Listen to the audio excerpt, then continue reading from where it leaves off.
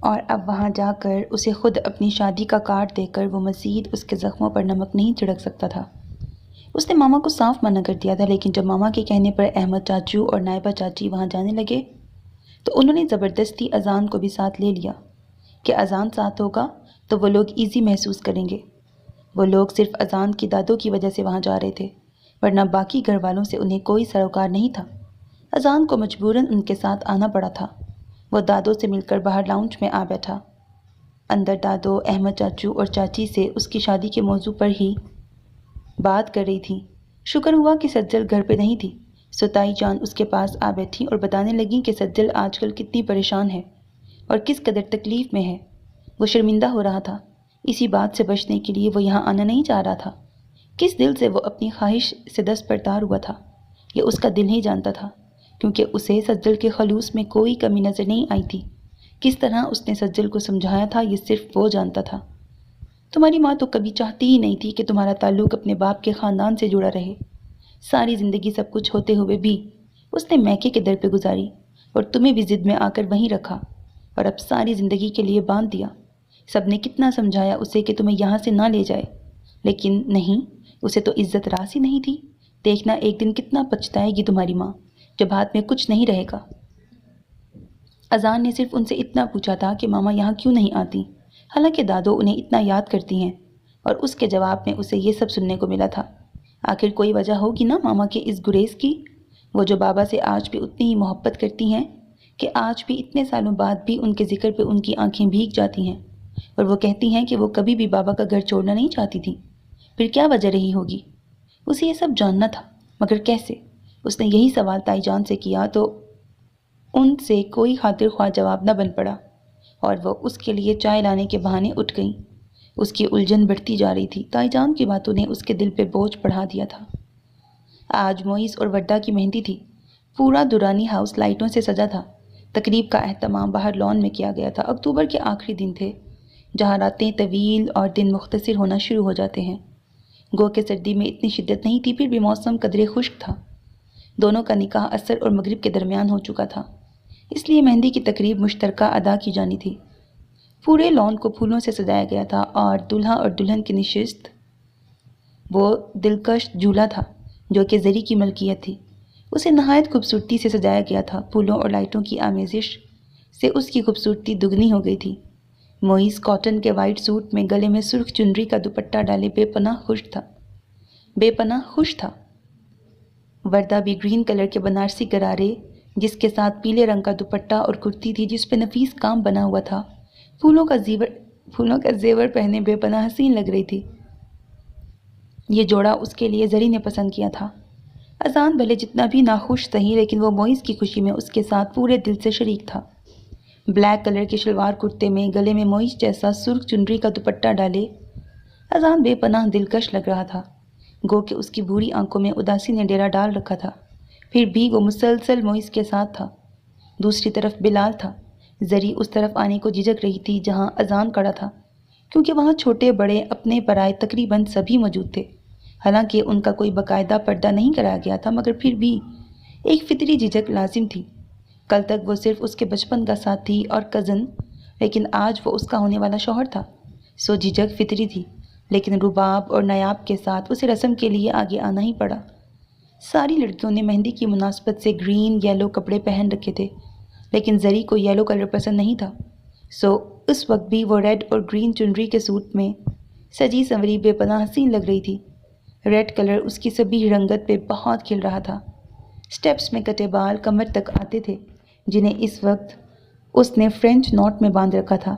چہرے پہ شرم و حیا کے رنگ لیے وہ اس سمے بے پناہ حسین لگ رہی تھی۔ جیسے ہی وہ آئی تو اسے دیکھ کر سب نے ہی اذان کی طرف دیکھا۔ وہ دھیمی مسکراہٹ کے ساتھ سر جھکا گئی، جبکہ اذان کا چہرہ بنا کسی تاثرات کے بالکل سپاٹ تھا۔ زری نے کتنی بار چپکے سے اس پہ نگاہ کی تھی، لیکن وہاں تو شوخی و شرارت رقصاں تھی، نہ ہی لو دیتی نگاہیں اس کی منتظر تھیں۔ وہاں تو سرے سے کچھ تھا ہی نہیں، لیکن وہ اس کی طرف متوجہ بھی نہیں تھا۔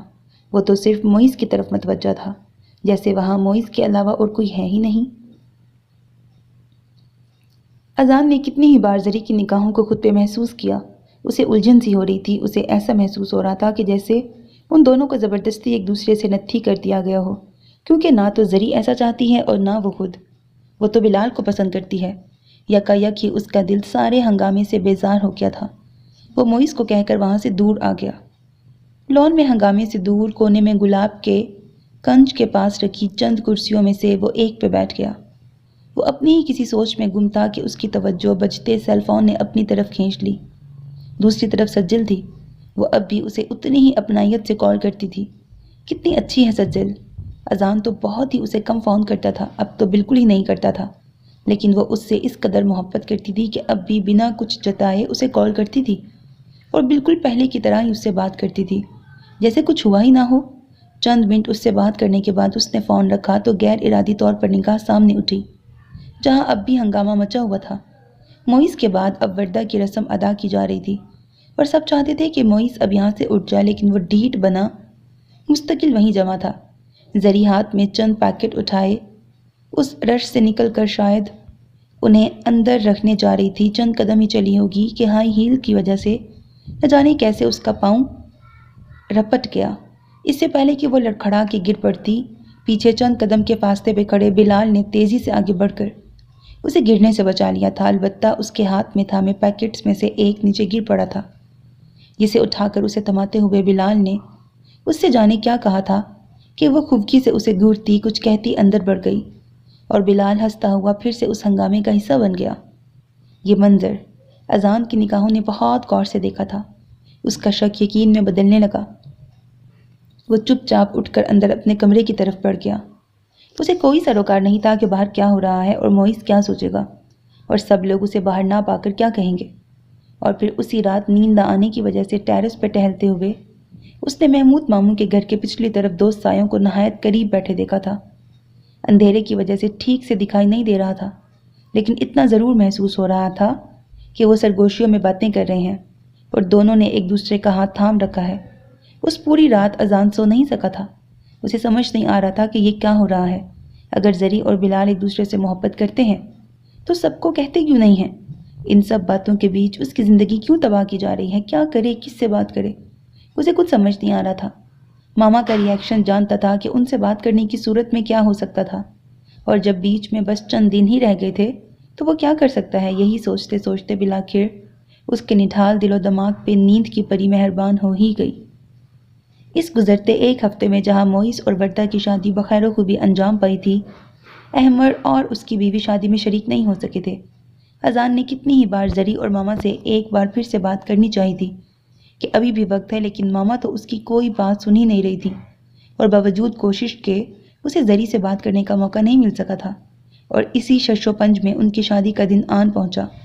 پھپھو کے بار بار کہنے پر اذان نے آفس سے صرف 2 دن کی چھٹی لی تھی۔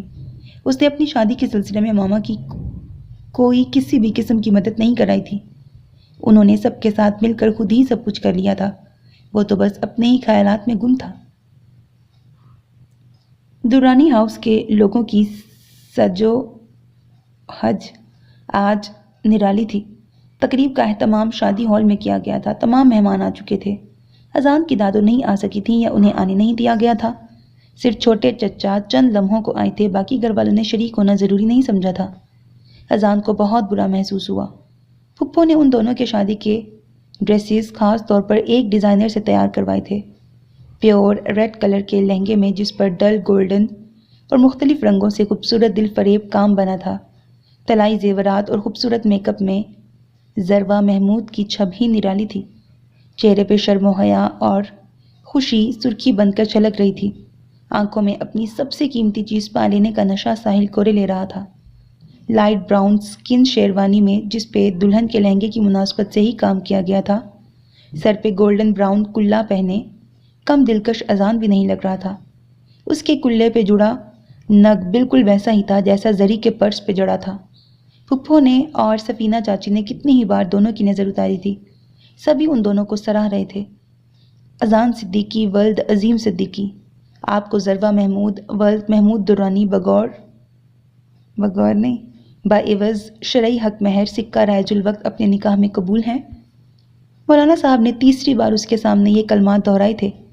سب کی نگاہیں اذان کی سپاٹ چہرے پہ جمی تھیں۔ اذان بولو بیٹا، دائیں طرف بیٹھے محمود درانی نے اس کے کندھے پہ ہاتھ رکھا۔ اس کا دل چاہا وہ کندھے پہ رکھا ہاتھ جھٹک دے اور اٹھ کر سب کچھ چھوڑ چھاڑ کر کسی ایسی جگہ چلا جائے جہاں اسے کوئی ڈھونڈ نہ سکے، جہاں یہ سب زبردستی کے بندھن نہ ہوں، جہاں یہ شور ہنگامے نہ ہوں۔ اس سے پہلے کہ وہ واقعی سب کچھ چھوڑ چھاڑ کر اٹھ کھڑا ہوتا، محمود ماموں نے اسے دوسری بار مخاطب کیا تھا۔ اس نے بس ایک لمحے کو ان کی آنکھوں میں دیکھا تھا۔ وہاں کیا کچھ نہیں تھا، ڈر، خوف، کسی انہونی کا اندیشہ کہ اذان بول کیوں نہیں رہا۔ یہ خوف، اتنے سارے لوگوں کا سامنا کرنے کا خوف۔ اس سے پہلے کہ وہ اسے تیسری بار مخاطب کرتے، اس کے سامنے ماما کا چہرہ آ گیا۔ اس کے منہ سے خود بخود ہی قبول ہے نکلا اور جیسے ہر طرف خوشی دوڑ گئی۔ محمود درانی نے اطمینان کا سانس لیا اور پھر جہاں جہاں مولانا نے انگلی رکھی وہ بنا کچھ سوچے سائن کرتا چلا گیا۔ اس وقت اس کا ذہن کچھ نہیں سوچ رہا تھا۔ پھپھو کو اذان کے موڈ کا اچھی طرح اندازہ ہو رہا تھا، اس لیے وہ سب کچھ جلدی جلدی نپٹا رہی تھی۔ تمام رسموں وغیرہ کے بعد زری کو اذان کے کمرے میں پہنچا دیا گیا۔ رخصتی ہال سے ہی ہوئی تھی۔ کمرے کو موئز اور بلال نے مل کر بہت خوبصورت ڈیکوریٹ کیا تھا۔ تمام کمرے میں سفید اور لال گلاب کی بہار تھی۔ زری جانتی تھی کہ اذان کو سرخ گلاب بہت پسند ہے۔ دیواروں پہ جا بجا گلاب کی کلیاں لگی تھیں۔ سائڈ ٹیبل، سینٹرل ٹیبل اور کمرے کے کارنر میں وائٹ اور ریڈ پھولوں کے بوکے لگے تھے۔ کمرے میں کہیں کہیں کینڈلز بھی جل رہی تھیں، جس سے کمرے کی خوبصورتی میں کئی گنا اضافہ ہو رہا تھا۔ پورے بیڈ پہ گلاب کی پتیاں بکھری پڑی تھیں۔ بیڈ کے چاروں اطراف چھت سے لے کر زمین تک وائٹ اور ریڈ پھولوں کی لڑیاں لگائی گئی تھیں، جو چھت پر ایک گچھے کی صورت تھیں اور نیچے آ کر اسے بیڈ کے چاروں اطراف بکھیر دیا گیا تھا، ایسے کہ جیسے چھتری سی بن گئی تھی اور بیڈ کو چاروں اطراف سے گھیر لیا گیا۔ زری اس کمرے میں بہت کم آتی تھی، لیکن آج اس کمرے کی خوبصورتی ہی الگ تھی، اور پھر ایک نئے رشتے میں بندھ کر یہاں آنا اسے بہت اچھا لگ رہا تھا۔ کتنی ہی دیر اسے یہاں بیٹھے ہوئے گزر گئی تھی۔ اسے تھکن بھی محسوس ہو رہی تھی۔ تبھی دروازے پہ ہلکا سا کھٹکا ہوا۔ وہ سنبھل کے بیٹھ گئی، لبوں پہ دھیمی سی مسکراہٹ آ گئی۔ آنے والے لمحوں کا سوچ کر ہی اس کے ہاتھ پاؤں میں لرزش سی اتر آئی تھی۔ دل الگ دھڑک دھڑک کے بے حال ہو رہا تھا۔ لیکن یہ کیا؟ اذان کمرے میں داخل ضرور ہوا تھا، لیکن اس کی طرف آنے کے بجائے وہ سیدھا ڈریسنگ ٹیبل کی طرف گیا۔ وہاں اس نے باقی چیزوں کے ساتھ کلا بھی اتار کے رکھ دیا، اپنا موبائل، گھڑی، سبھی کچھ رکھ دیا۔ چند لمحے آئینے میں نظر آتے اپنے عکس پہ نگاہ جمائے کھڑا رہا۔ پھر اس نے جیب سے نکال کر وہ مخملی کیس جو ابھی اندر آتے ہوئے ماما نے اسے ڈھیر ساری دعائیں دیتے ہوئے تھمایا تھا کہ زری کو دے دینا، کیونکہ وہ جانتی تھی کہ اس نے زری کے لیے کچھ نہیں خریدا ہوگا، بلکہ اسے یاد ہی نہیں ہوگا۔ اذان نے بنا کچھ کہے کچھ پوچھے وہ کیس تھام لیا۔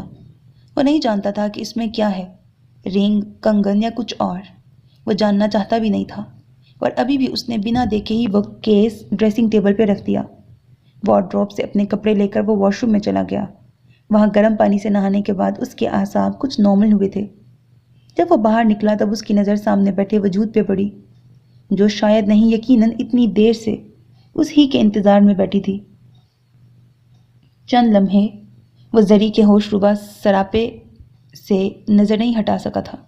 کیا یہ واقعی زری ہی ہے یا کوئی اپسرا بھٹک کر آ گئی ہے؟ اذان کے دماغ میں آنے والی پہلی سوچ یہی تھی، کیا زری دلہن بن کر اس قدر حسین لگ سکتی ہے؟ اس نے سوچا ہی نہیں تھا، کبھی اسے نگاہ بھر کے دیکھا ہی نہیں تھا۔ وہ نہیں جانتا تھا کہ اس کی ناک کتنی کھڑی اور ستواں ہے۔ وہ نہیں جانتا تھا کہ اس کی پیشانی پہ دائیں طرف ابرو سے ذرا اوپر ایک تل ہے، جو اس کی پیشانی پہ چاند کی مانند چمکتا ہے۔ وہ نہیں جانتا تھا کہ ایسا ہی ایک تل اس کی گردن کے ذرا بائیں طرف بھی ہے۔ وہ اس کی ایک نظر کرم کا منتظر ہے۔ ہاں، وہ یہ ضرور جانتا تھا کہ زری کی آنکھوں کا رنگ اس کی آنکھوں جیسا لائٹ براؤن ہے۔ زری منتظر نگاہوں سے اسے ہی دیکھ رہی تھی۔ شاید اسے اذان سے اس رویے کی توقع نہیں تھی۔ جہاں سب لوگوں نے اسے اتنا سراہا تھا، ان کے کپل کی اس قدر تعریف کی تھی، تو وہ جس کے لیے پور پور سجی تھی، اس نے اس پہ ابھی تک ایک نگاہ تک نہ ڈالی تھی۔ کیا وہ اس رویے کی مستحق تھی؟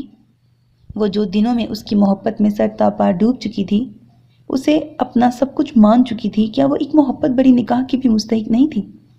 لیکن اذان بھی کیا کرتا؟ اس کا دل اس نئے رشتے کو قبول کرنے پہ بالکل آمادہ نہیں تھا۔ وہ سر جھٹک کر بالوں میں برش کرنے لگا۔ اسے اپنی پشت پہ زری کی نگاہوں کی تپش محسوس ہو رہی تھی، لیکن وہ لا تعلق سا اپنے بجتے ہوئے سیل فون کی طرف متوجہ ہو گیا تھا۔ نمبر دیکھتے ہی اس کے لبوں پہ مسکراہٹ پھیل گئی۔ دوسری طرف سجل تھی، اس نے فوراً ہی کال پک کی اور بات کرتا ہوا ٹیرس پہ نکل آیا۔ زری کتنے ہی لمحے ساکت سی بیٹھی رہی۔ کیا وہ اتنی عذرا تھی؟ اس کی ذات اس قدر عذرا تھی کہ اس کا شوہر اس کے سجے سنورے روپ پہ ایک نگاہ بھی ڈالنا پسند نہ کرے؟ اس کے نزدیک نئی نویلی دلہن اور اس کی خواہشوں، اس کے جذبات و احساسات سے زیادہ ضروری وہ فون کال ہے۔ تو کیا ضربہ محمود کہیں تمہیں اذان صدیقی کی زندگی میں زبردست شامل نہیں کر دیا؟ جیسے ہمیشہ ہی تمہارے ساتھ ہوتا آیا ہے، بچپن سے لے کر آج تک۔ اس کی ستارہ آنکھیں جھلملانے لگیں، تھکن اس کے اعصاب پہ سوار ہو رہی تھی۔ اس نے بیڈ کی بیک سے ٹیک لگائی، باوجود ان ساری سوچوں کے وہ کتنی ہی دیر اذان کے آنے کا انتظار کرتی رہی، لیکن وہ تو شاید بھول ہی گیا تھا کہ کوئی شدت سے اس کا منتظر ہے۔ تو یہ طے ہوا ضربہ محمود کہ یہاں بھی تم انچاہی ہی ہو، یہاں بھی ادھوری محبت ہی شاید تمہارا مقدر ٹھہرے۔ یہ وہ تلخ سوچ تھی جو اس کی بوجھل پلکوں پہ اتری تھی، اور پھر تکن مکمل اس کے اعصاب پہ سوار ہو گئی۔ اس کی پلکیں آپس میں جڑنے لگی تھیں، اور شاید وہ بوجھل ذہن اور بہتے آنسوؤں کے ساتھ بھیگی پلکیں لیے سو گئی تھی۔ بے چینی کی نیند ایسے کہ آنکھیں بند تھیں مگر ذہن بیدار تھا۔ اذان اس پوری رات کمرے میں نہیں آیا تھا، اور پھپھو کی دی ہوئی مخملی ڈبیا وہیں ڈریسنگ ٹیبل پہ پڑی رہ گئی تھی۔ دور کہیں ہوا کے دوش پہ موزن کی آواز ہولے سے گونجی تھی۔ وہ فلاح کی طرف بلا رہا تھا، ایمان کی طرف بلا رہا تھا۔ شاید زری کی آنکھ اس آواز سے کھلی تھی، یا گردن میں اٹھتی ان درد کی ٹیسوں کی وجہ سے جو تمام رات بے آرامی سے سونے کی وجہ سے اٹھ رہی تھی۔ چند لمحوں کو وہ سمجھ نہ سکی کہ وہ کہاں ہے۔ آہستہ آہستہ جب اعصاب بیدار ہوئے تو یاد آیا کہ وہاں کیوں ہے۔ اس نے ارد گرد نگاہ کی تھی۔ ابھی مکمل صبح نہیں ہوئی تھی، کمرے میں اندھیرا اب بھی موجود تھا، اور اس ہلکے پھلکے اندھیرے میں وہ اچھی طرح دیکھ سکتی تھی کہ اذان اب بھی کمرے میں موجود نہیں ہے۔ تو یہ طے ہوا ضربہ محمود؟ نہیں، یا شاید ضربہ اذان کہ تم اس کی زندگی میں زبردستی شامل کر دی گئی ہو، ورنہ کوئی خوش ہو تو یوں بھی کرتا ہے کہ بات تک نہیں کی۔ وہ بیڈ سے اٹھ کھڑی ہوئی تھی، ہار سنگار سارا جوں کا توں تھا۔ چوڑیوں نے کھنک کر پھر سے اپنی موجودگی کا احساس دلایا۔ جھومر، ٹیکے، سنگھار پٹی نے جھوم کر اپنی ناقدری پہ احتجاج کیا تھا۔ وہ دھیمے دھیمے قدم اٹھاتی آئینے کے سامنے آ کھڑی ہوئی۔ کتنی ہی دیر وہ وہاں کھڑی اپنے نظر آتے عکس کو دیکھتی رہی، پھر جانے کیسی وحشت اس پر سوار ہوئی کہ اس نے ایک ایک چیز کو اتار کر نوچ کے پھینک دیا۔ پھر کپڑے بدلنے کی غرض سے باتھ روم میں چلی آئی۔ کتنے ہی آنسو پانی کے ساتھ بہہ گئے تھے۔ وہ وضو کر کے باہر نکل آئی۔ جا نماز اٹھاتے ہوئے اسے اذان کا خیال آیا۔ اگر وہ ساری رات کمرے میں نہیں تھا تو وہ کہاں تھا؟ گھر میں اتنے سارے مہمان ہیں، وہ کہاں گیا ہوگا؟ اگر کسی نے دیکھ لیا تو؟ وہ اس کے سامنے ٹیرس پہ گیا تھا۔ یہ خیال آتے ہی وہ ٹیرس کی طرف آ گئی۔ دروازہ کھول کر باہر جھانکا۔ اس وقت اچھی خاصی ٹھنڈ تھی۔ اسے کپ کپی سی آ گئی، مگر ٹیرس خالی تھا۔ البتہ سجاوٹ کے لیے لگائی گئی لائٹس ابھی بھی جل رہی تھی۔ اذان وہاں بھی نہیں تھا تو کہاں تھا؟ دفعتاً اس کی نگاہ واش روم کے ساتھ ذرا فاصلے پہ بنے دروازے پہ پڑی۔ وہ ذرا سا کھلا ہوا تھا۔ اس کا مطلب ہے اذان وہاں تھا۔ یہ برابر والے کمرے میں کھلنے والا دروازہ تھا، اور یہ کمرہ بھی بچپن سے ہی اذان کے استعمال میں ہی تھا۔ اسٹڈی کے طور پر بچپن سے لے کر آج تک وہ اپنی پڑھائی لکھائی کا سارا کام وہیں کرتا تھا۔ اس کا کمپیوٹر وغیرہ بھی وہیں رکھا تھا۔ زری کو اذان سے کبھی بھی ہوم ورک میں کوئی مدد چاہیے ہوتی تو وہ لوگ وہیں بیٹھ کر پڑھتے تھے۔ کھیلتے وقت بھی یہ جگہ چھپنے کے لیے بہترین سمجھی جاتی تھی۔ یہ اسٹڈی سب کو آسانی سے چھپا لیتی تھی، اور ڈھونڈنے والا ڈھونڈتا ہی رہ جاتا تھا، اور آج بھی وہ ایسے ہی کسی کو چھپائے ہوئے تھی سب سے۔ وہ مطمئن ہوتے نماز پڑھنے کھڑی ہو گئی۔ اذان کہاں جا رہے ہو بیٹا؟ پھپھو ان دونوں کو بلانے کے لیے آ رہی تھیں۔ سب لوگ ان کا انتظار کر رہے تھے۔ اذان انہیں نکسک سے تیار دروازے پر ہی مل گیا۔ آفس، سرسری سا جواب دے کر اس نے آگے بڑھنا چاہا۔ آفس کیوں؟ ناشتہ تو کر لو بیٹا۔ وہ حیرت سے بولی، بھوک نہیں ہے، اور آفس کیوں جاتے ہیں ماما؟ اس نے جواب میں سوال ہی داغ دیا تھا۔ نہیں، میرا مطلب ہے بیٹا، کل تمہاری شادی ہوئی ہے اور آج تم آفس جا رہے ہو؟ ایسی بھی کیا آفت آ پڑی ہے؟ گھر میں اتنے سارے مہمان ہیں، کوئی دیکھے گا تو کیا سوچے گا؟ وہ بھی اپنی جگہ بالکل درست تھی۔ بھلا کون سا دلہا ہوگا جو شادی کے دوسرے دن آفس جائے گا؟ تو کیا اب مجھے سب کام دوسروں کی خوشی اور مرضی سے کرنے پڑیں گے؟ وہ یکدم ہی تلخ ہوا۔ ماما اسے خاموشی سے دیکھتی رہیں۔ کس قدر بدلا ہوا انداز تھا اذان کا۔ ضروری کام ہے، 2 گھنٹے میں واپس آ جاؤں گا۔ اسے فوراً ہی احساس ہوا تھا کہ وہ ماما کے ساتھ زیادہ ہی تلخ ہو گیا تھا۔ وہ خود کو کمپوز کرتا وہاں سے چلا گیا۔ کہیں میں نے زیادہ جلد بازی سے تو کام نہیں لے لیا؟ اذان نے ابھی بھی اس رشتے کو دل سے قبول نہیں کیا۔ کس قدر اکھڑا اکھڑا انداز تھا اس کا۔ یکدم ہی پھپھو کو اپنی جلد بازی کا احساس ہونے لگا۔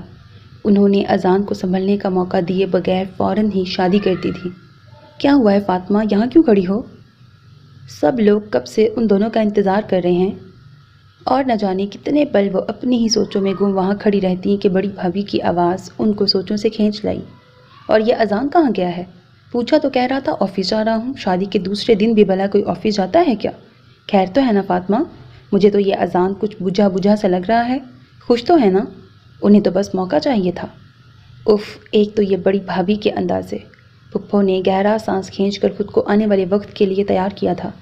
نہیں بھابھی، ایسی کوئی بات نہیں ہے۔ آفس سے فون آ گیا تھا، ضروری کام تھا، اس لیے جانا پڑا۔ گھنٹے تک آ جائے گا، آپ چلیں میں زری کو لے کے آتی ہوں۔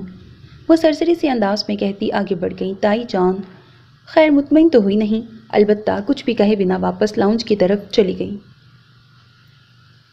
شادی کو ایک ہفتہ ہو چلا تھا اور اذان کی وہی روش تھی۔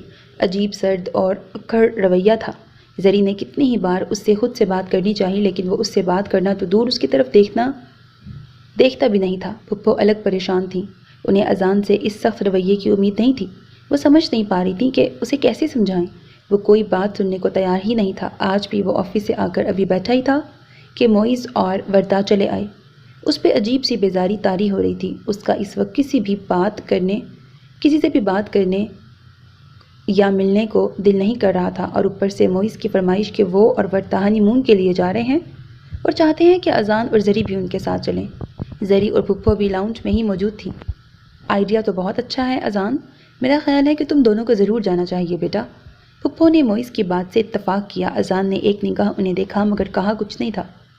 تم کیا کہتی ہو زری، ہم لوگوں کے ساتھ جانا چاہو گی یا نہیں؟ وردہ نے اب زری کو مخاطب کیا تھا۔ میں کیا کہہ سکتی ہوں؟ وہ چند لمحوں کو گڑبڑائی کیونکہ اذان کی خاموشی اسے کچھ بھی کہنے سے روک رہی تھی۔ تم دونوں چلے جاؤ معیز، اذان نے ایک نگاہ زری کو دیکھ کر معیز سے کہا۔ کیوں؟ تم ہمارے ساتھ نہیں جانا چاہتے کیا؟ الگ سے پروگرام ہے، معیز نے شرارت سے کہا۔ ایسا ہی سمجھ لو۔ اس قدر روکھا انداز یہ اذان تو نہیں تھا۔ مانا کہ وہ شروع سے ذرا ریزرو طبیعت کا تھا، مگر اس قدر اجنبیت، جیسے یہاں بیٹھے کسی کو بھی جانتا ہی نہ ہو، کسی سے کوئی رشتہ ہی نہ ہو۔ Excuse me. اس سے پہلے کہ معیز کچھ اور کہتا، وہ بلا وجہ ہی اپنے موبائل کی طرف متوجہ ہوا تھا۔ وہ ان سب کو باتیں کرتا چھوڑ اپنے کمرے کی طرف بڑھ گیا تھا۔ شکر ہے کہ وردہ اور معیز نے پھپھو کے ساتھ اپنے ٹرپ کو ڈسکس کرتے ہوئے اس پہ زیادہ دھیان نہیں دیا تھا، ورنہ بات کے پیچھے پڑ جانے میں معیز کچھ ماں پہ گیا تھا۔ زری کتنے ہی پل جاتے ہوئے اذان کو دیکھتی رہی۔ آج بہت دنوں بعد وہ سجل کے ساتھ لنچ کے لیے باہر آیا تھا۔ ہوٹل کا وہی مخصوص ماحول تھا، گہما گہمی تھی، لوگوں کی آمد و رفت جاری تھی۔ وہ دونوں کھانا آرڈر کر چکے تھے، ابھی ان کا آرڈر سرو نہیں ہوا تھا کہ تبھی ایک ادھیڑ عمر شخص ان کی ٹیبل کی طرف آیا۔ اذان کے لیے وہ شخص قطعی اجنبی تھا اور یقیناً وہ بھی اذان کو نہیں جانتا تھا، اس لیے وہ سیدھا سجل کی طرف آیا۔ Hi baby, how are you? Sajal اسے دیکھتے ہی اٹھ کھڑی ہوئی اور بے تکلفی کا یہ مظاہرہ اذان کو کھلا گیا۔ یہ اذان ہے میرے کزن، اور اذان یہ تنویر ملک ہے میرے دوست۔ سجل نے اس شخص کا ہاتھ ابھی بھی تھام رکھا تھا۔ اس شخص نے اذان سے ہاتھ ملانے کی زحمت نہیں کی اور نہ ہی ایسی کوئی مروت اذان نے دکھائی تھی۔ بس دونوں نے ہی سرسری سا سر ہلایا تھا، کیونکہ دونوں کو ہی ایک دوسرے سے مل کر کوئی خاص خوشی نہیں ہوئی تھی۔ چند لمحے سجل سے بات کرنے کے بعد وہ شخص وہاں سے چلا گیا۔ کون تھا یہ شخص؟ ویٹر جب کھانا سرو کر کے چلا گیا تو اذان نے سرسری سے پوچھا۔ یہ بات تو وہ جانتا تھا کہ سجل کے سرکل میں مرد اور خواتین دونوں ہی موجود ہیں، لیکن ایسی بے تکلفی اس نے آج تک نہیں دیکھی تھی۔ وہ تنویر ملک ہے میرا دوست، بہت بڑا مل آنر ہے۔ کیوں؟ سجل نے بتانے کے ساتھ ساتھ اس سے پوچھا بھی تھا۔ اس کی اور اپنی عمر میں فرق دیکھا ہے تم نے؟ اذان نے ایک نظر اسے دیکھا۔ آج بھی اس نے جینس کے ساتھ مختصر سا ٹاپ پہن رکھا تھا۔ اذان کو یکدم ہی اس کا حلیہ ناگوار لگنے لگا۔ عمر سے کیا فرق پڑتا ہے اذان؟ اس کی جیب تو بہت بھاری ہے نا۔ تم جانتے ہو اذان، وہ شخص میرے ایک اشارے کا منتظر ہے۔ میں ایک اشارہ کروں نا، وہ اپنے خزانے کا منہ کھول دے۔ کھانا کھاتے ہوئے وہ اسے بتا رہی تھی۔ کیا مطلب؟ اذان کے لہجے میں ناگواری در آئی۔ مطلب بہت سادہ سا ہے اذان، وہ مجھ سے شادی کا خواہش مند ہے۔ وہ مسکراتے ہوئے بولی۔ وہ تم سے شادی کا خواہش مند ہے؟ وہ یقیناً شادی شدہ بھی ہوگا۔ اس کے اگر تمہارے جتنے نہیں بھی تو تم سے کچھ چھوٹے بچے بھی ہوں گے۔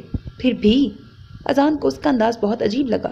ہاں پھر بھی، تم بھی تو شادی شدہ ہو۔ پھر تم کیوں اس وقت میرے دوست ہو؟ جب ان سب باتوں سے اسے کوئی فرق نہیں پڑتا تو میں کیوں سوچوں؟ چھوڑو ان سب باتوں کو، مجھے یہ بتاؤ تم نے کیا سوچا ہے؟ اس نے کولڈ ڈرنک کا سپ لیتے ہوئے اذان کی توجہ بٹائی۔ کس بارے میں؟ اس کا دماغ سجل کے جملے میں اٹک گیا تھا۔ واقعی میں اب اس کے ساتھ کیوں ہوں؟ اپنے اور میرے بارے میں؟ اور کس بارے میں؟ ایک بات تو طے ہے اذان، جب تک کوئی لڑکی تمہاری زندگی میں ہے میں تم سے شادی نہیں کروں گی۔ اگر تمہیں مجھ سے محبت ہے تو تمہیں اسے چھوڑنا ہوگا، ورنہ… سجل نے آج اس سے دو ٹوک بات کرنے کا فیصلہ کر لیا تھا۔ ورنہ کیا سجل؟ تم یہ کیسی باتیں کر رہی ہو؟ میں یہ فیصلہ کیسے کر سکتا ہوں؟ اگر یہی فیصلہ کرنا ہوتا تو میں پہلے نہ کر لیتا۔ تم جانتی ہو ماما مجھ سے کتنی ناراض ہیں، اب میں مزید انہیں ٹینشن نہیں دے سکتا۔ تم تھوڑا ویٹ کرو سجل، میں دیکھتا ہوں میں کیا کر سکتا ہوں۔ تم کیا کر سکتے ہو اذان؟ میں اچھی طرح جانتی ہوں تم ہر بار کی طرح اس بار بھی اپنی ماں کے آگے ہار مان لو گے۔ اور کیا؟ تم جیسے لوگوں کا یہی پرابلم ہے، ساری زندگی دوسروں کے کہنے پہ گزار دیتے ہو، اپنی زندگی اپنی خوشی کے لیے کبھی خود سے کوئی فیصلہ نہیں کرتے۔ سجل ناگواری سے بولی۔ وہ کوئی دوسرے نہیں ہیں سجل، وہ میری ماں ہیں اور میں ان سے بے پناہ محبت کرتا ہوں اور ان کے خلاف جانے کا سوچ بھی نہیں سکتا۔ سوچوں بھی تو جا نہیں سکتا۔ تم جانتی ہو انہوں نے میری خاطر کیا کچھ کیا ہے۔ اذان کو بہت برا لگا تھا اس کا اس طرح کہنا۔ تو کون سا احسان کر دیا انہوں نے تم پہ؟ دنیا کے سب ماں باپ یہی کرتے ہیں، لیکن اس کا یہ مطلب تو نہیں ہے کہ تم ساری زندگی ان کے ہاتھوں کٹ پتلیاں بنے رہیں۔ ہم ساری زندگی ان کے ہاتھوں کٹ پتلیاں بنے رہیں۔ آئی ایم سوری اذان، لیکن سچائی یہی ہے کہ تمہاری ماں ایک خود غرض عورت ہے۔ انہوں نے ساری زندگی خود بھی اپنے بھائیوں کی غلامی کی ہے اور اب تمہیں بھی ان کا غلام بنا دیا ہے۔ شٹ اپ سجل، تم میری ماں کے بارے میں بات کر رہی ہو اور تمہیں کوئی حق نہیں ہے ان کے بارے میں اس طرح بات کرنے کا۔ سجل کی بات سن کر اس کے اندر آگ ہی لگ گئی تھی۔ وہ ہمیشہ ہی اس کی ماما کے خلاف باتیں کرتی تھی، بہانے سے اسے ان کے خلاف اکساتی تھی، اور آج یقیناً اگر سجل کی جگہ کوئی اور ہوتا تو اذان اس کا منہ توڑ دیتا۔ آئی ایم ویری سوری اذان، مجھے واقعی اس طرح بات نہیں کرنی چاہیے تھی، لیکن میرا دل تمہارے لیے دکھتا ہے۔ وہ جس طرح تمہیں ہمیشہ ہر چھوٹی بڑی بات کے لیے ٹریپ کرتی ہیں، ایسا کوئی نہیں کرتا اذان۔ آج کل وہ زمانہ نہیں رہا جب بچے اپنے ماں باپ کی بات، ان کی پسند ناپسند سب خاموشی سے مان لیتے تھے۔ تم اگر مجھ سے محبت کرتے ہو، میرے ساتھ اپنی زندگی گزارنا چاہتے ہو تو یہ تمہارا حق ہے، اور انہیں تمہاری خوشی میں خوش ہونا چاہیے، نہ کہ زبردستی اپنا فیصلہ تم پہ تھوپ کر تمہیں ساری زندگی کے لیے ناخوش کر دیں۔ ہم ساری زندگی اوروں کے کہنے پہ نہیں گزار سکتے اذان۔ سجل اذان کے غصے سے چند لمحوں کو خائف ضرور ہوئی تھی، لیکن پھر اس کے ہاتھ پر اپنا ہاتھ رکھ کر نرمی سے اپنا موقف بیان کر ہی گئی۔ لیکن میں تمہاری بات سے اتفاق نہیں کرتا سجل، کیونکہ جب ہم کسی سے محبت کرتے ہیں تو اس سے ہم اپنی ہر خوشی، ہر امید وابستہ کر لیتے ہیں، اور ہمیں پوری امید ہوتی ہے، بلکہ یقین ہوتا ہے کہ وہ بھی ہماری تمام خوشیوں اور امیدوں پہ پورا اترے گا۔ خاص کر ہمارے ماں باپ جو اپنی زندگی جیسے بھی گزارتے ہیں، دکھ سکھ کے سائے میں اگر سکھ سہتے ہیں تو آگے ہمیں بھی سکھ ہی ملتے ہیں، اور اگر خدا نخواستہ ان کی زندگی میں کبھی کوئی دکھ یا تکلیف رہی ہو تو وہ کوشش کرتے ہیں کہ وہ دکھ و تکلیف ہمیں نہ سہنی پڑے۔ اس لیے بعض اوقات ہمیں ان کے کیے گئے فیصلے سخت لگتے ہیں، لیکن بعد میں سوچو تو ان میں بھی ہماری ہی بھلائی ہوتی ہے۔ اس لمحے سجل نے جو محبت اذان کی آنکھوں میں اس کی ماما کے لیے دیکھی وہ اسے آگ لگ۔ ٹھیک ہے اذان، جیسے تمہاری مرضی۔ میرا کام تھا تمہیں سمجھانا، اب تم خود اپنی زندگی تباہ کرنے پر تلے ہو تو میں کیا کر سکتی ہوں؟ ہم نے تو ہمیشہ یہی سنا ہے کہ تمہاری ماما نے ہمیشہ صرف اپنی خوشی ہی دیکھی ہے، تم تو ان کی زندگی میں بہت بعد میں آتے ہو۔ اینی وے، میں تو صرف یہی کہہ رہی ہوں کہ ڈیڈی آج کل میری شادی پہ بہت زور دے رہے ہیں، اور میں آج بھی تمہارے انتظار میں ہوں۔ اب فیصلہ تمہارے ہاتھ میں ہے کہ تم ایک انچاہی زندگی گزارنا پسند کرتے ہو یا چند قدموں کے فاصلے پہ کھڑی اپنی محبت کی طرف ہاتھ بڑھاتے ہو۔ اب فیصلہ تمہارے ہاتھ میں ہے۔ بات ختم کرتے کرتے بھی وہ اذان کے لیے سوچوں کے نئے در وا کر گئی۔ ماما نے کب اپنی خوشی چاہی تھی؟ انہوں نے تو ساری زندگی کے ہر قدم پر صرف اس کی خوشی کو ہی مقدم رکھا تھا۔ تو پھر یہ سجل کیا کہہ رہی ہے؟ الجھے ذہن کے ساتھ وہ سجل کے ساتھ مشکل کھانا ختم کر کے وہاں سے اٹھ گیا تھا۔ زری نے حالات سے سمجھوتا کر لیا تھا، یہ سب شاید ایسے ہی چلنا ہے، اس نے سمجھ لیا تھا۔ کسی پہ کچھ بھی ظاہر کیے بنا وہ خوش پاش تھی۔ ماما اور بابا اسے اس طرح خوش دیکھ کر مطمئن تھے، البتہ پھپھو زری کے لاکھ یقین دلانے کے باوجود اس کے اور اذان کے لیے پریشان رہتی تھی۔ اس وقت بھی زری ثنا کے ساتھ بیٹھی تھی۔ ثنا اسے اپنی شاپنگ دکھانے آئی تھی، اس کے ساتھ وقت گزرنے کا احساس ہی نہ ہوا۔ پھپھو اپنے کمرے میں جا چکی تھی۔ ثنا اسے اللہ حافظ کہتی اپنی چیزیں سنبھالتی اوپر چلی گئی۔ تائی جان اسے کب سے آوازیں دے رہی تھی۔ زری بھی کمرے میں چلی آئی، بیڈ کے سائڈ ٹیبل پہ رکھا اذان کا ٹچ سکرین مسلسل بج رہا تھا۔ اذان کمرے میں نہیں تھا، وہ شاید برابر والے کمرے میں کسی کام وغیرہ میں مصروف تھا۔ شادی کے بعد سے زری از خود ہی برابر والے کمرے میں سونے لگی تھی۔ جتنی دیر اذان وہاں کمپیوٹر پر یا ویسے ہی اپنا کوئی کام کر رہا ہوتا تھا، وہ یہاں ٹی وی دیکھ کر اس کا انتظار کرتی، اور پھر جیسے ہی وہ فری ہو کر سونے کے لیے آتا وہ برابر والے کمرے میں چلی جاتی۔ وہاں ایک بیڈ نما بڑا سا صوفہ رکھا تھا جس پہ آسانی سے وہ سو جاتی تھی، اور ادھر اذان بھی ڈسٹرب نہیں ہوتا تھا۔ کسی کو بھی بتائے بنا یہ سلسلہ بڑی خوشی سے چل رہا تھا۔ یوں بھی وہ دونوں اس کمرے کا باہر لاؤنج میں کھلنے والا دروازہ استعمال نہیں کرتے تھے، وہ اندر سے لاک رہتا تھا۔ درمیان والا دروازہ ہی استعمال ہوتا تھا۔ یوں کسی کو پتہ نہیں لگتا تھا کہ رات کو در حقیقت دونوں کمرے استعمال ہو رہے ہیں۔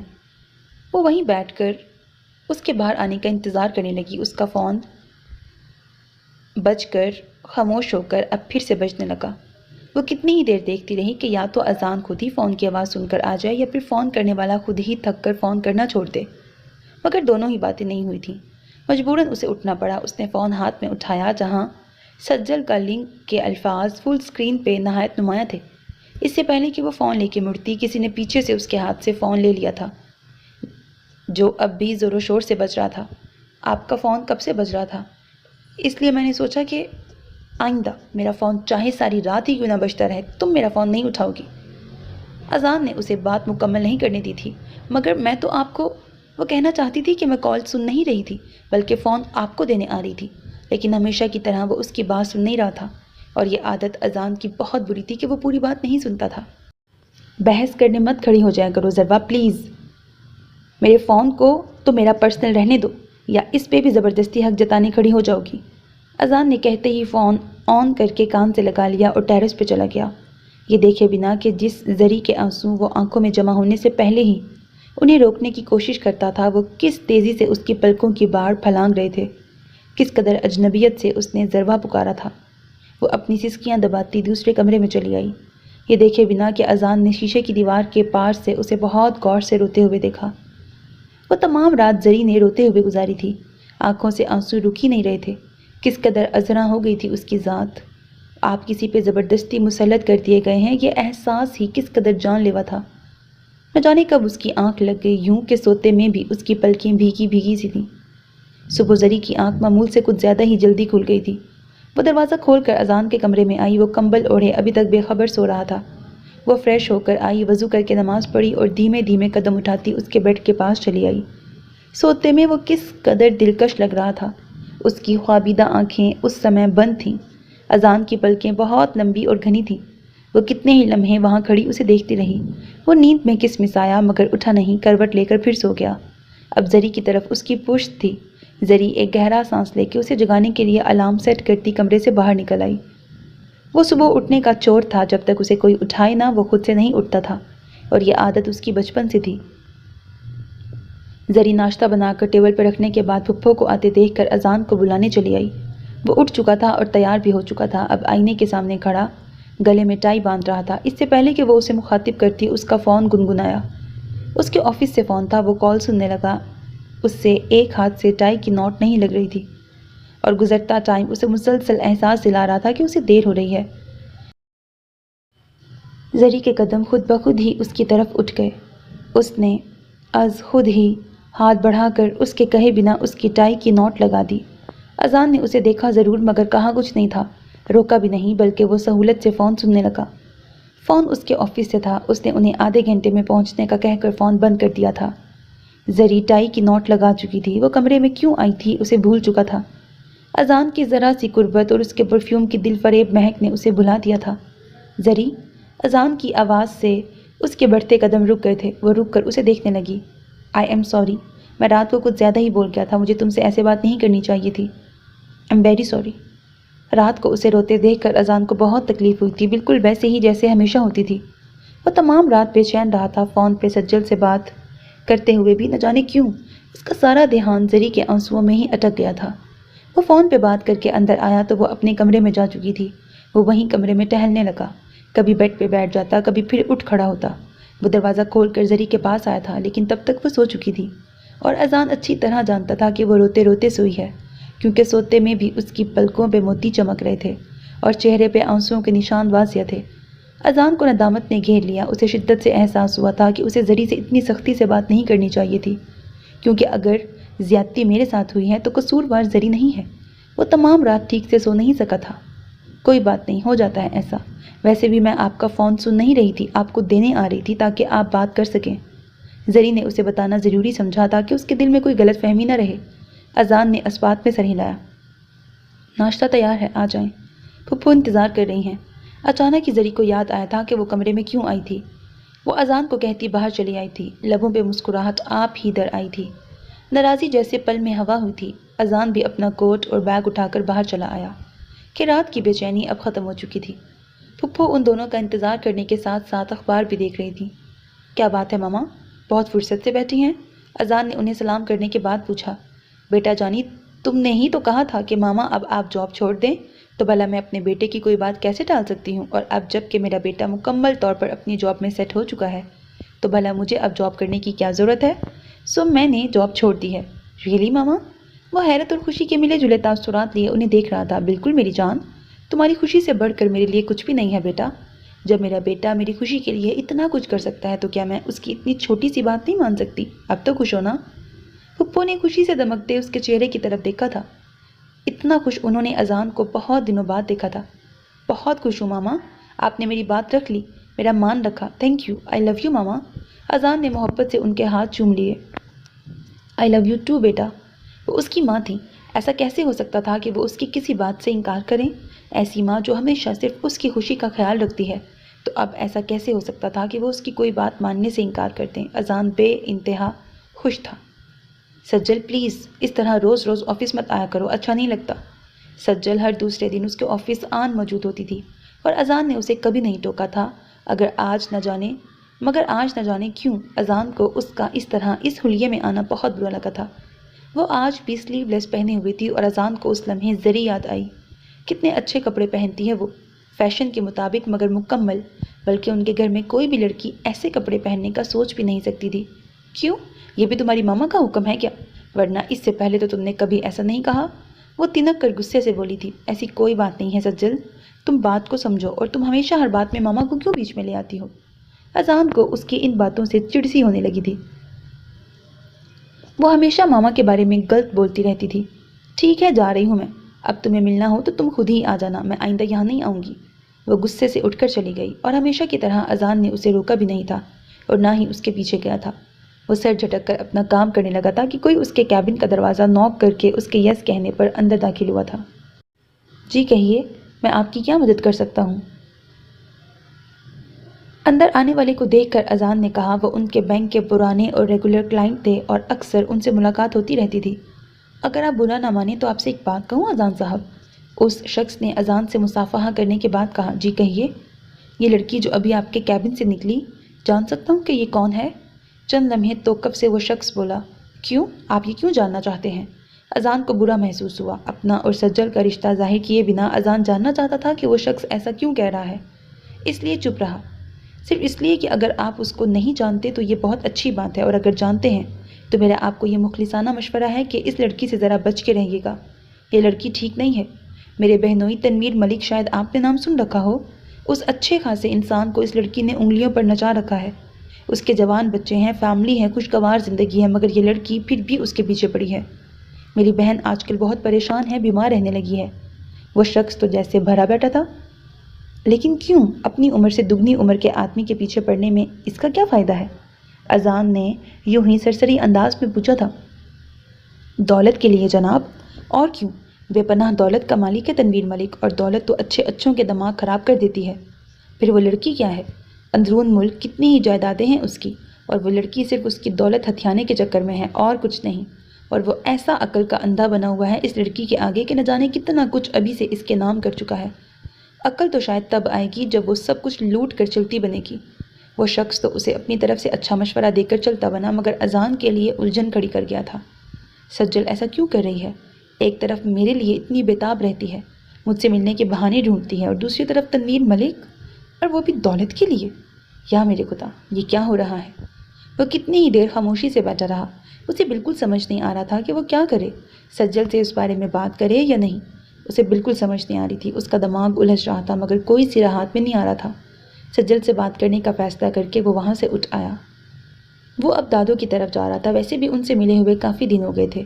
وہ وہاں پہنچا تو ملازمہ سے پتہ چلا کہ سجل گھر پہ نہیں ہے۔ وہ کتنی ہی دیر دادو کے پاس بیٹھا رہا۔ وہ اس سے اصرار کر رہی تھی کہ وہ زری کو ان سے ملانے لائے، کہ انہیں لاڈلے پوتے کی بیوی سے ملنے کا بہت شوق تھا، اور وہ بس بے دہانی میں ان کی باتیں سن رہا تھا۔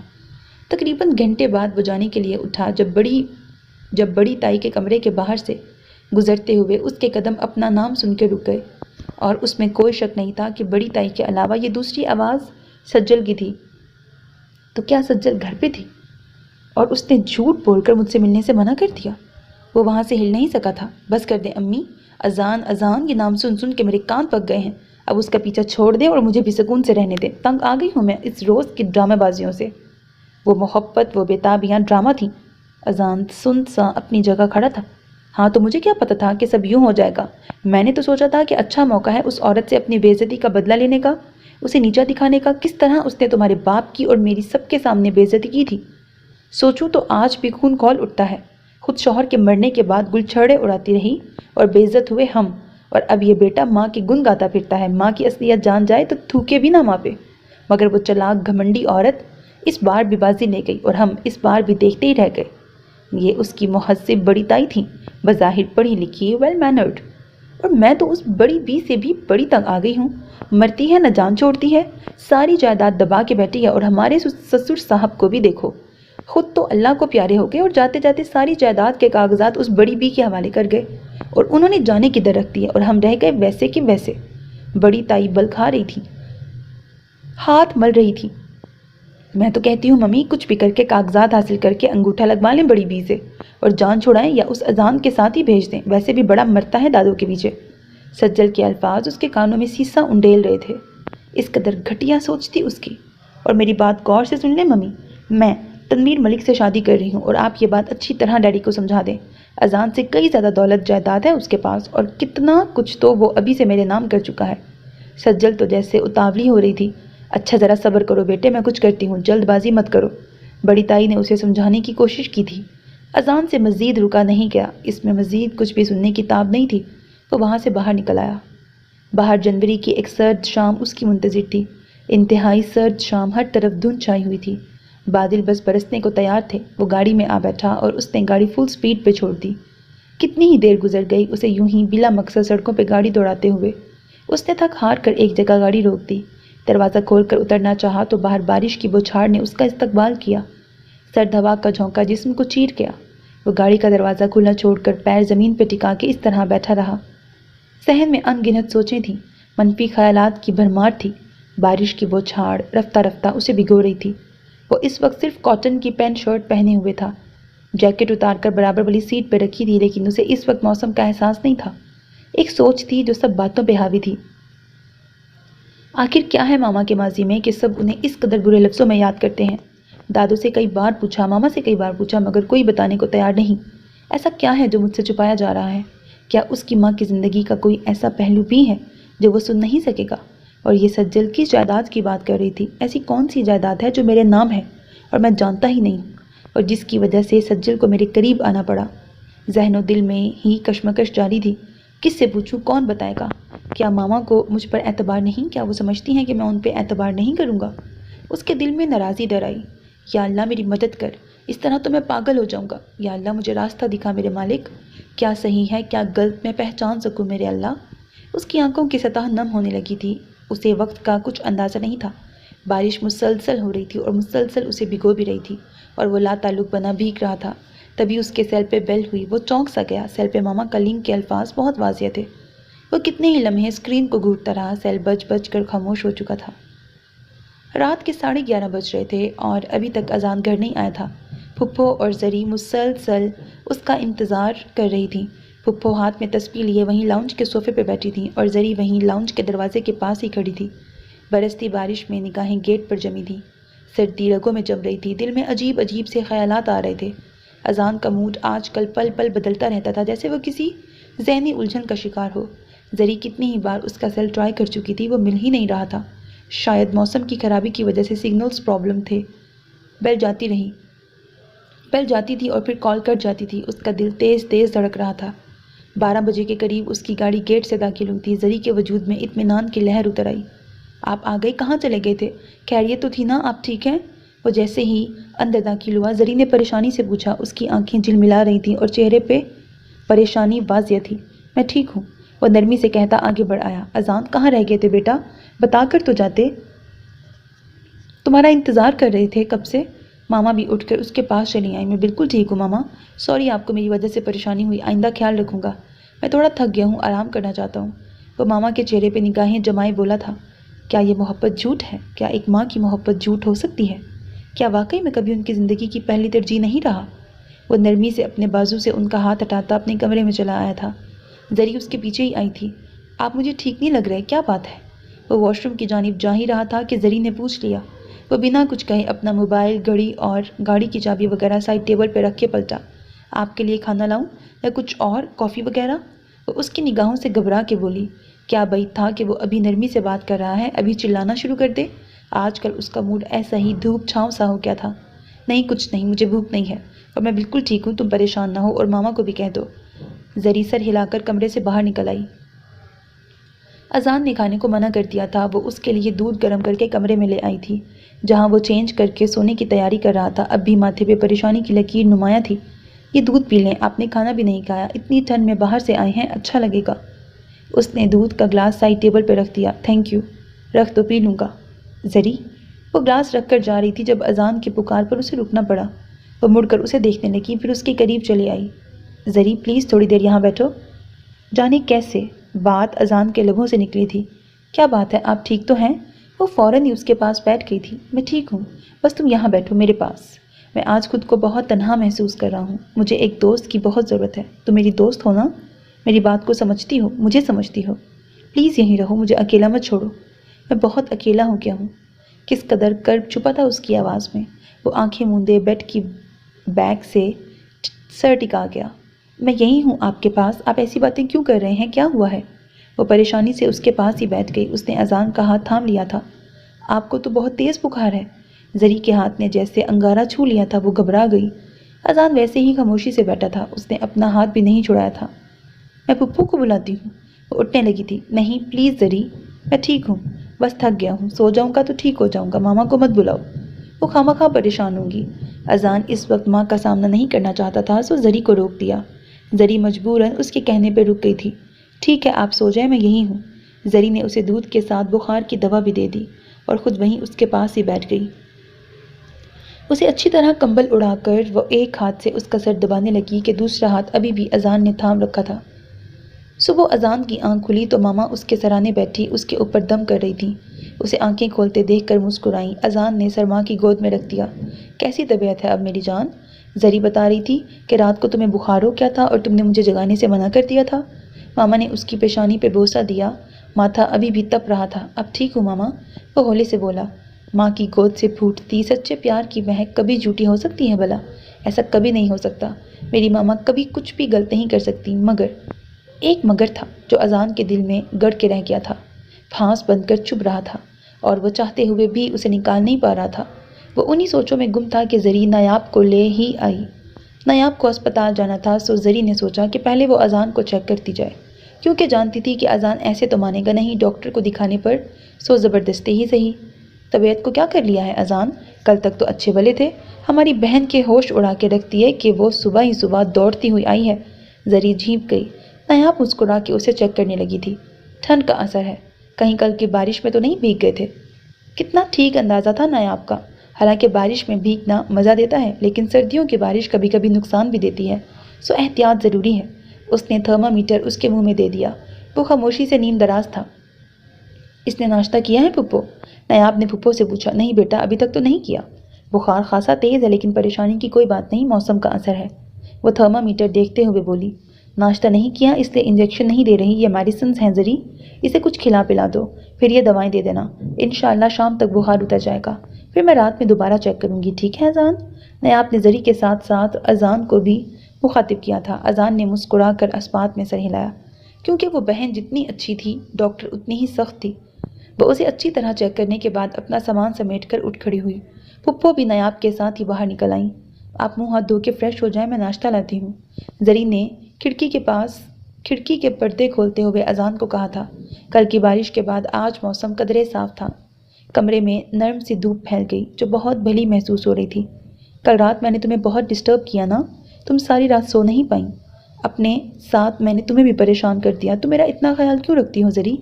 بریکٹ، کیا کبھی سجل نے میرا اس طرح خیال کیا ہے؟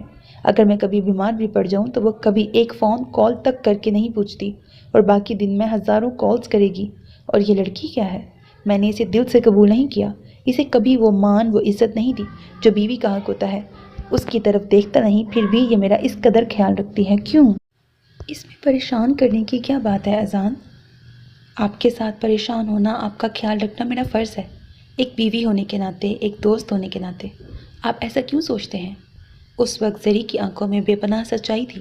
اذان کو دن کے اجالے میں اس کی پیشانی کا تل بہت چمکتا ہوا محسوس ہوا۔ کیا فرض کے سہارے ساری زندگی گزاری جا سکتی ہے؟ یہ کیسا سوال تھا جو اذان کے لبوں سے ادا ہوا تھا؟ اگر فرض میں محبت بھی شامل ہو جائے تو زندگی سہل ہو جاتی ہے۔ سادہ سے سوال کا سادہ سا جواب تھا، لیکن اس میں کتنے ہی مطلب پوشیدہ تھے۔ زری شاید ابھی کچھ اور بھی کہنا چاہ رہی تھی، لیکن اس کی بات محمود ماموں اور سفینہ مامی کے آنے سے ادھوری رہ گئی۔ پھر تو جیسے سب اس کے گرد جمع ہوتے گئے، سب اس کی بیماری کا سن کر پریشان ہو کر اپنے سب کام چھوڑ کر اس کے پاس اسے دیکھنے چلے آئے تھے، یہاں تک کہ تائی بھی۔ پھر اسے پورا دن زری سے بات کرنے کا موقع ہی نہیں مل سکا تھا۔ وہ اس سے پوچھنا چاہتا تھا کہ اس نے محبت کا ذکر کیوں کیا؟ کیا اس رشتے میں کہیں بھی محبت شامل ہے؟ اذان نے ٹھیک ہو کے آفس جانا شروع کر دیا تھا۔ ان گزرے دنوں میں زری نے اس کا بہت خیال رکھا۔ گھر کی وہی روٹین تھی۔ تائی جان آج کل زور و شور سے ثنا کے لیے رشتہ دیکھ رہی تھیں، اور نائبہ چاچی بلال کے لیے۔ سبھی اپنی اپنی مصروفیت میں الجھے ہوئے تھے، اور ایک زری تھی جو آج کل پھر سے اس احساس کے زیر اثر تھی کہ اذان اس کے ساتھ خوش نہیں ہے، وہ اس سے محبت نہیں کرتا، اس سے اپنی بات شیئر کرنا پسند نہیں کرتا۔ وہ نہیں جانتی تھی کہ اذان آج کل کس ذہنی الجھن کا شکار ہے۔ اس رات کے بعد سے زری نے پھر سے اپنی پرانی جگہ سونا شروع کر دیا تھا، اور اذان نے اسے ٹوکا بھی نہیں تھا۔ ہاں، لیکن اتنا ضرور ہوا تھا کہ وہ اسے اب پہلے کی طرح اگنور نہیں کرتا تھا۔ کبھی کبھی ضرورت پڑنے پر بات بھی کر لیتا تھا۔ وہ ابھی کافی دیر ماما کے پاس بیٹھ کر آئی تھی۔ رباب آپی آئی ہوئی تھیں، اور وہ کافی خوش تھیں کہ اب ان کے شوہر کافی بدلنے لگے ہیں۔ انہیں احساس ہو گیا تھا، اور وہ اپنا علاج کروانے پر بھی رضامند ہو گئے تھے۔ وہ بہت خوش تھی، اور یہ بات رباب نے صرف ماں کو بتائی تھی، کیونکہ وہی ان کے حالات سے واقف تھیں۔ البتہ زری سے صرف گپ شپ لگائی تھی۔ زری پھپھو کو ڈھونڈتی ان کے کمرے میں چلی آئی، جہاں وہ پرانی تصویریں نکالے بیٹھی تھیں، جس میں ان کی شادی کی، ان کے بچپن، جوانی اور اذان کے بچپن کی بہت ساری تصویریں تھیں۔ زری بھی ان کے ساتھ ہی بیٹھ گئی۔ پھپھو، یہ اذان کی دادو ہے نا؟ وہ پھپھو کی شادی کی ایک تصویر ہاتھ میں لیے بیٹھی تھی، جس میں اذان کے بابا کی پوری فیملی موجود تھی۔ ہاں بیٹا، پھپھو نے اسے بتایا تھا۔ دادو ان سے پیار کرتی ہے نا؟ زری نے اذان کی ایک بچپن کی تصویر اٹھائی، جس میں وہ اپنے دادا اور دادو کے ساتھ تھا۔ اس کی براؤن آنکھیں شرارت سے مسکرا رہی تھیں۔ ہاں بیٹا، بہت پیار کرتی ہیں، ان کا لاڈلا پوتا ہے اذان۔ اس کے دادا، اس کے بابا، سب اس سے بہت پیار کرتے تھے۔ پتہ ہے، میں ابھی تمہیں بتانے ہی والی تھی کہ اذان کی دادو کا فون آیا تھا، تم سے ملنے کو بہت اصرار کر رہی تھی۔ بہت شوق ہے انہیں لاڈلے پوتے کی دلہن سے ملنے کا، میں نے وعدہ کیا ہے۔ اذان کے ساتھ تمہیں ان سے ملنے ضرور بھیجوں گی۔ اذان آ جائے تو اس سے کہتی ہوں، پھر تم دونوں جا کر ان سے مل آنا۔ پھپھو نے تصویریں سمیٹ کر رکھیں، گلاسز اتار کر رکھتے ہوئے اسے بتایا تھا۔ پھپھو، ایک بات پوچھوں؟ زری کتنے ہی دنوں سے پھپھو سے اس بارے میں بات کرنا چاہ رہی تھی۔ پھپھو نے اسے اجازت دی تھی۔ آپ وہاں کیوں نہیں جاتی؟ حالانکہ اذان وہاں کتنا جاتے ہیں، اور ہر بار آ کر آپ کو بتاتے ہیں کہ دادو آپ کو کتنا یاد کرتی ہیں۔ آپ خود بتاتی ہیں کہ وہ آپ اور اذان سے کس قدر پیار کرتی ہیں، اور آپ بھی تو انہیں اتنا یاد کرتی ہیں، اور آپ کبھی ان سے ملنے نہیں گئیں، کیوں پھپھو؟ زری نے ڈرتے ڈرتے پوچھا، کہیں وہ برا نہ مان جائے، کیونکہ وہ گھر چھوڑتے وقت میں نے خود سے وعدہ کیا تھا کہ میں اب کبھی دوبارہ اس گھر میں قدم نہیں رکھوں گی۔ پھپھو نے ایک گہرا سانس لے کے گویا خود کو اسے بتانے کے لیے تیار کیا تھا۔ زری مکمل طور پر ان کی طرف متوجہ تھی۔ وہ بنا ٹوکے خاموشی سے ان کی بات سننے لگی تھی۔ میری اور عظیم کی ارینجڈ میرج تھی۔ ان کے اور میرے بابا دونوں آپس میں بہت گہرے دوست تھے، اور ان دونوں کی خواہش پہ یہ رشتہ طے ہوا تھا۔ بہت دھوم دھام سے ہماری شادی ہوئی، کیونکہ میں گھر کی اکلوتی بیٹی تھی، 3 بھائیوں کی اکلوتی بہن، اور عظیم اپنے ماں باپ کے لاڈلے بیٹے۔ سب لوگ بہت خوش تھے، خاص کر میں بہت خوش تھی، کیونکہ عظیم بہت اچھے تھے، بے انتہا چاہنے والے۔ عظیم کے بابا کا تعلق ایک گاؤں سے تھا، اور ان کی 2 شادیاں ہوئی تھیں، اور یہ بات مجھے شادی کے بعد پتہ چلی۔ ان کی پہلی بیوی سے 4 اولادیں تھیں، 2 بیٹے اور 2 بیٹیاں، یعنی اذان کے تایا اور چچا، اور 2 بیٹیاں جو ان کی بیوی کے خاندان میں ہی بیاہی تھیں۔ ان کی پہلی بیوی کا تعلق ان کے خاندان سے تھا، وہ ان کی قریبی رشتہ دار تھی، بٹے سٹے کی شادی تھی، اس لیے بابا جان اس عمر تک اس رشتے کو نبھانے پہ مجبور تھے، ورنہ ان کی اپنی پہلی بیوی سے کبھی نہیں بنی تھی۔ وہ حد درجے ضدی، گھمنڈی، چالاک اور لالچی خاتون تھیں، جبکہ بابا جان ایک پڑھے لکھے نفیس انسان تھے۔ وہ شروع ہی سے شہر میں رہنے کے عادی تھے اور ان کی پہلی بیوی کسی طور بھی اپنے گاؤں کو چھوڑنے پر رضامند نہ تھی، سو بابا جان کتنے ہی عرصے تک شہر میں اکیلے رہتے رہے، اور پھر انہوں نے شہر میں دوسری شادی اماں جان سے کر لی، یعنی اذان کی دادوں سے۔ وہ ان کی دوسری بیوی تھی۔ وہ بابا جان کی پسند اور نفیس طبیعت کے عین مطابق تھی، سلیقے شعار، سادہ اور پڑھی لکھی۔ اماں جان سے ان کی 2 اولادیں ہوئیں، عظیم اور ان کی چھوٹی بہن رافعہ۔ ان کی شادی ہماری شادی کے بعد ہوئی اور وہ امریکہ چلی گئیں۔ حالانکہ بابا جان کے گاؤں میں دوسری یا تیسری شادی کوئی معیوب بات نہیں تھی، لیکن ان کی پہلی بیوی نے کبھی بھی بابا جان کی دوسری شادی کو قبول نہیں کیا۔ بابا جان کے دونوں بڑے بیٹے ان کے ساتھ شہر میں ہی رہا کرتے تھے، وہ انہیں بھی باپ کے خلاف اکساتی رہتی تھی۔ عظیم کے خلاف ان کے دل میں نفرت بڑھتی رہتی تھی۔ حالانکہ کبھی بھی بابا جان اور اماں نے سگی سوتیلی اولاد میں فرق نہیں رکھا، لیکن نہ جانے ان کے دل کیسے سیاہ تھے۔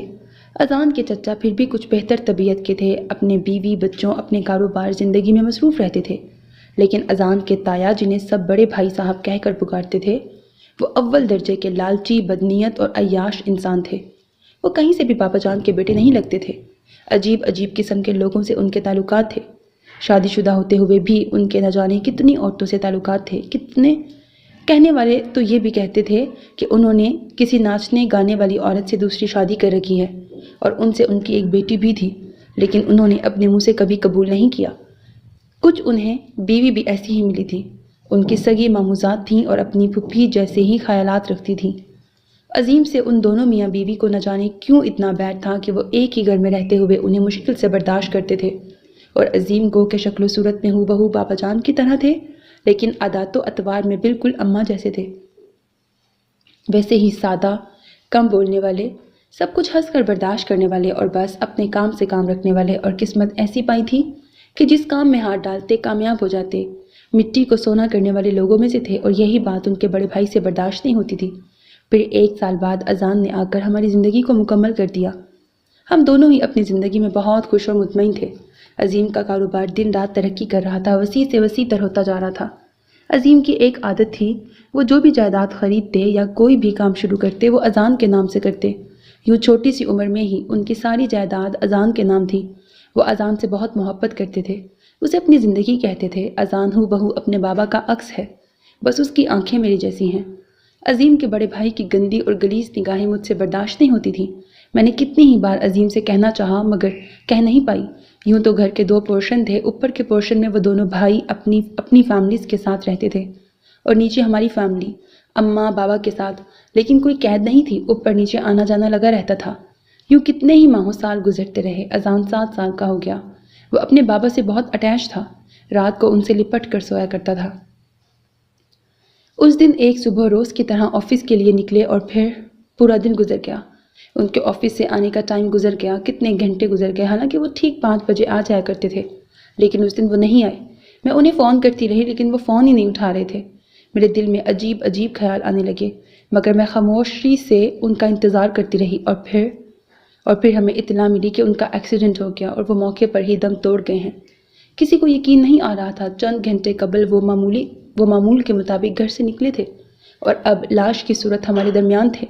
کٹھن وقت تھا، اب سوچوں تو دل کانپ اٹھتا ہے۔ اس مشکل کی گھڑی سے ہم سب کیسے گزرے، یہ ہم جانتے ہیں یا ہمارا اللہ۔ یہاں میرے سب گھر والے چاہتے تھے کہ میں یہاں آ جاؤں، لیکن میں عدت میں تھی اور یہاں نہیں آ سکتی تھی، اور میں آنا بھی نہیں چاہتی تھی۔ وہاں اماں اور بابا اکیلے تھے اور انہیں چھوڑ کر آنے کو میرا دل نہیں چاہتا تھا۔ اور پھر اذان، وہ کسی طور کہیں جانے کو تیار نہیں تھا، اسے صرف اس کے بابا چاہیے تھے۔ ایک عجیب سی ضد اور چڑچڑا پن اس میں آ گیا تھا، حالانکہ پہلے ایسا نہیں تھا۔ لاڈلا تھا مگر بدتمیز اور ضدی نہیں تھا۔ باپ کو یاد کرتے کرتے وہ بیمار پڑ گیا، کتنے ہی دن بخار میں پھنکتا رہا۔ میرے تو جیسے جان پہ بنائی تھی، اب وہی تو تھا میری زندگی کا کل سرمایہ۔ میں عدت میں تھی تو مجھے پتہ چلا کہ میں ماں بننے والی ہوں۔ اذان کے اتنے عرصے اکلوتے رہنے پر ہم دونوں کی دلی خواہش تھی کہ ہماری فیملی اور بڑھے، مگر اللہ کی مرضی کے آگے کس کی چلی ہے۔ جب یہ خبر ملی اس وقت تک عظیم ہم سے بہت دور جا چکے تھے۔ میرا غم کچھ اور بڑھ گیا۔ جیسے ہی میری عدت کے 4.5 ماہ ختم ہوئے، مجھے حقیقت میں زندگی کی سختیوں اور تلخیوں کا احساس ہوا۔ بھائی صاحب کی حرکتیں اب میرے لیے ناقابل برداشت ہونے لگی تھیں۔ ان کی نگاہوں سے مجھے خوف آتا تھا۔ یہاں میرے گھر والے مجھے واپس لانا چاہتے تھے۔ محمود بھائی کئی بار آ چکے تھے مجھے لینے کے لیے، لیکن اذان کے دادا اور دادی بیٹے کے بعد اب پوتے کے بغیر نہیں رہ سکتے تھے، اور میں بھی ایسے کڑے وقت میں جب انہوں نے جوان بیٹے کی موت کا صدمہ سہا تھا انہیں اکیلا نہیں چھوڑ سکتی تھی۔ لیکن اس گھر میں رہنا اب مشکل لگ رہا تھا۔ میں نے اپنی پریشانی اماں کو بتائی تو انہوں نے کتنی ہی بار بڑی بھابھی کو ڈھکے چھپے الفاظ میں سمجھانے کی کوشش کی، مگر وہ الٹا اماں پہ چڑھ دوڑتی کہ وہ ان کے شوہر پہ الزام لگا رہی ہیں۔ کمرے کے باہر کھڑے اذان کے قدم جیسے زمین پر جم گئے تھے۔ وہ اپنی جگہ سے ہل نہیں سکا تھا۔ وہ ابھی آفس سے آیا تھا اور ماما اور زری اسے دونوں کہیں دکھائی نہ دیے تو وہ ماما کے کمرے کی طرف آ گیا اور جیسے چند الفاظ سن کر اذان پتھر سا ہو گیا تھا۔ جس گھر میں ہم رہتے تھے وہ عظیم کے نام تھا، اور وہ گھر عظیم نے کب میرے نام کیا تھا میں نہیں جانتی تھی، کیونکہ وہ کبھی بھی اپنی کاروباری باتیں گھر میں نہیں کرتے تھے۔ مجھے تو ان کے جانے کے بعد علم ہوا کہ وہ ہمارے لیے کتنا کچھ کر گئے ہیں۔ بھائی صاحب اور ان کی بیوی کی نظر اس گھر پر اور عظیم کے تمام کاروبار اور جائیداد پر تھی۔ شاید اماں کے کہنے پر بڑی بھابھی نے انہیں کچھ سمجھایا ہو کہ انہوں نے پینترا بدل لیا۔ اب وہ مجھ سے ہمدردی جتانے لگے، بار بار عظیم کے جانے کا افسوس کرتے، اذان کے لاڈ اٹھاتے۔ وہ اذان کو اپنی طرف مائل کرنا چاہتے تھے۔ یہ مجھے بعد میں پتہ چلا کہ وہ میرے بیٹے کو مجھ تک پہنچنے کی سیڑھی بنانا چاہتے تھے۔ انہوں نے میرے لیے نکاح کا پیغام دیا تھا۔ انہوں نے اماں اور بابا جان کو اپنی جھوٹی سچی باتوں میں پھنسا لیا تھا کہ ان سے برداشت نہیں ہوتا کہ ان کا بھتیجا یوں یتیم کی زندگی گزارے، اور یوں بھی میری عدت پوری ہو چکی تھی اور سب جانتے تھے کہ میں دوبارہ ماں بننے والی ہوں۔ بابا کو اپنے بیٹے سے اس ہمدردی کی امید نہیں تھی، لیکن جب ان کی مستقل یہی روش رہی تو انہیں بھی یقین کرنا پڑا کہ شاید اب وہ سدھر گیا ہے۔ انہوں نے مجھ سے بات کی لیکن میں کسی صورت ماننے کو تیار نہیں تھی۔ پھر ایک دن میں نے ان دونوں میاں بیوی کی اتفاقاً ہی باتیں سن لی تھیں، کیونکہ میرا مسلسل انکار ان دونوں کے لیے پریشانی کا سبب بنا ہوا تھا۔ تب مجھے پتہ چلا کہ عظیم کی گاڑی کا ایکسیڈنٹ نہیں ہوا تھا، بلکہ ان کی گاڑی کے بریک فیل کر دیے گئے تھے، اور یہ کرنے والا کوئی اور نہیں ان کا اپنا بڑا بھائی تھا۔ وہ بھائی جسے عظیم نے ہمیشہ عزت دی، باپ کی طرح سمجھا، کبھی کبھی ستیلا نہ سمجھا۔ وہ گھر عظیم کے نام تھا اور وہ اسے میرے نام کر چکے تھے، جبکہ بھائی صاحب چاہتے تھے کہ یہ گھر ان کے نام ہو جائے، مگر عظیم ان کی یہ بات ماننے سے انکاری تھے۔ اور ایسا ہی شاید اور کاروباری تنازع بھی تھا جس پر ان دونوں بھائیوں کا جھگڑا ہوا۔ بجائے اس کو صلح صفائی کے نپٹانے کے انہوں نے یہ انتہائی قدم اٹھا لیا تھا، اور اس صفائی سے اٹھایا تھا کہ کسی کو بھی ان پہ شک نہ ہو سکا۔ اور اگر اس دن میں ان کی باتیں نہ سن لیتی تو شاید ساری زندگی مجھے پتہ نہ چلتا اور میں بے خبری میں پتہ نہیں کیا فیصلہ کر لیتی، مگر میرے اللہ نے مجھے بچا لیا تھا۔ زری خاموشی سے انہیں سن رہی تھی۔ پپھو بولتے بولتے جیسے تھک سی گئیں۔ انہوں نے تھک کر سر بیڈ کی بیک سے ٹکا دیا۔ ان کی آنکھیں جلملا رہی تھیں۔ باہر کھڑے اذان کے اندر آگ بڑھتی جا رہی تھی۔ کتنی صفائی سے اسے بیوقوف بنایا گیا۔ جانے انہیں کیسے پتہ چلا کہ میں ان کی ساری باتیں سن چکی ہوں۔ بھائی صاحب نے مجھے بلیک میل کرنا شروع کر دیا۔ انہوں نے ہمدردی کا لبادہ اتار پھینکا تھا اور اپنی پرانی روش پہ آگے تھے۔